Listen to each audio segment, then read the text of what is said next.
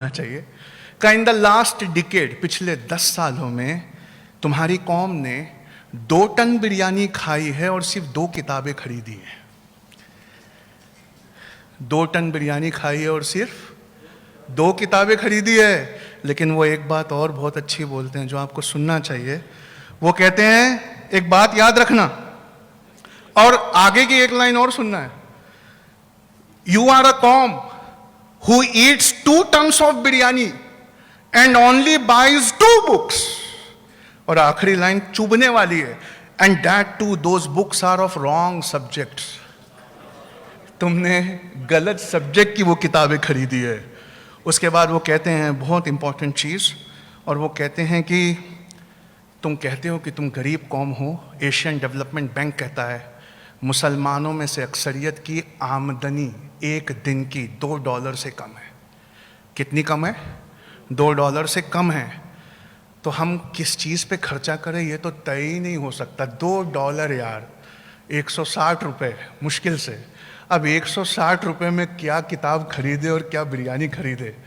Juice के लिए उन्होंने कहा है।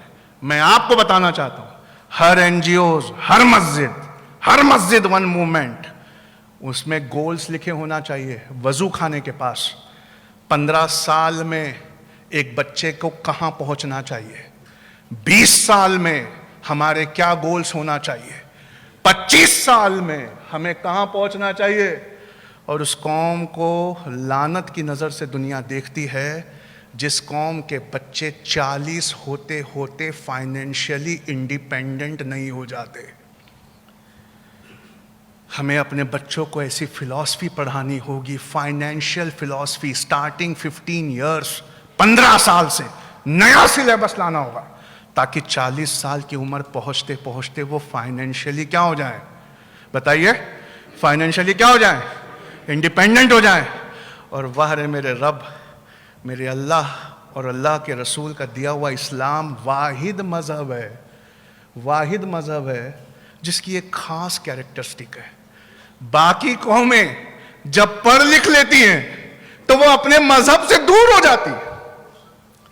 ये हमारा ही इस्लाम पता नहीं किस चीज से बना है। हम जितना पढ़ लिख लेते हैं उतना अपने इस्लाम से मोहब्बत करने लगते हैं। मैं आपको बताऊं, जो लोग इस समय जेल में हैं, जिनके ब्याल बच्चे 1-1 रुपये के लिए तरस रहे हैं, जिसको हम भुलाए बैठे हैं, जिन्होंने हमारे सर पर से CA NRC हटा दिया, वो लोग दुनिया में बहुत ऊंचा ग्रेजुएशन किए हुए लोग हैं। वो लोग अल्लाह के लिए और उसके कलमे के लिए अपने बच्चों के घर लुटाकर जेलों में बंद हैं। चलना मेरे साथ जरा तिहाड़ जेल। एक दाढ़ी वाला अगर अंदर हो तो मुझे बता देना। क्यों? जब साइंस और ज्योग्राफी और हिस्ट्री इन तकाजों से अल्लाह की कुदरत को कोई मुसलमान देखता है तो वो अपने रब से प्यार किए बिना नहीं रह पाता, वो अपने रब के करीब आए बिना नहीं रह पाता।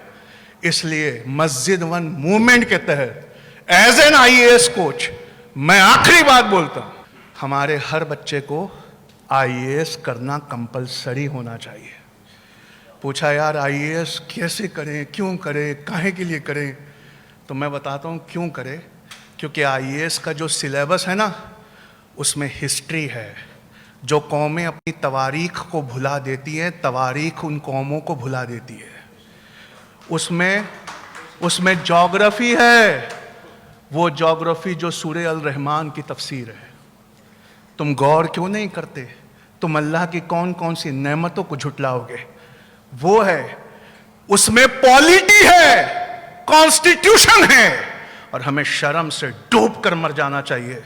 दुनिया को पहला कॉन्स्टिट्यूशन देने वाले हम हैं।